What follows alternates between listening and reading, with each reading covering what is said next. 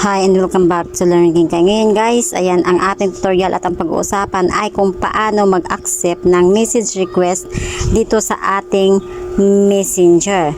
So ngayon ito po yung tutorial ko sa inyo. Pasok po tayo sa ating messenger. At pagkapasok po tayo guys, pindutin po natin tong hamburger sign or tatlong line. Pagkapindot po dito, makikita nyo po yung message request. Ayan, sa messengers to guys, no, messengers app. Tap nyo po ang message request.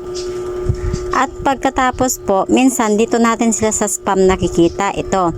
Minsan naman dito sa may Yumino. Once na mga friends mo na yung nasa loob nito, ibig sabihin dito sila sa Yumino. Pero dito sa may spam guys, dito yung mga tao na walang connection sa atin or hindi natin sila kilala. Kaya dito natin sila makikita sa spam. Pero pag people Yumino na, dito natin sila makikita sa Yumino. Ayan, nakikita nyo pong yung spam natin guys, no? Ayan, wala namang laman yan.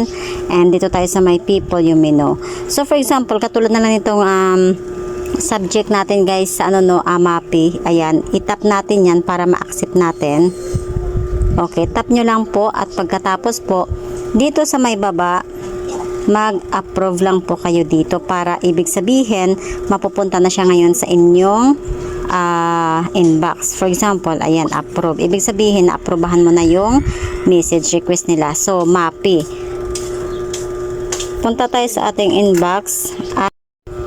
Ayan, kung makikita nyo na po guys, ito na po yung ating in-accept kanina, yung subject natin na Mapi. Ayan. At kung nagustuhan mo ang ating topic, please don't forget to hit like, subscribe, and share na rin sa ating video.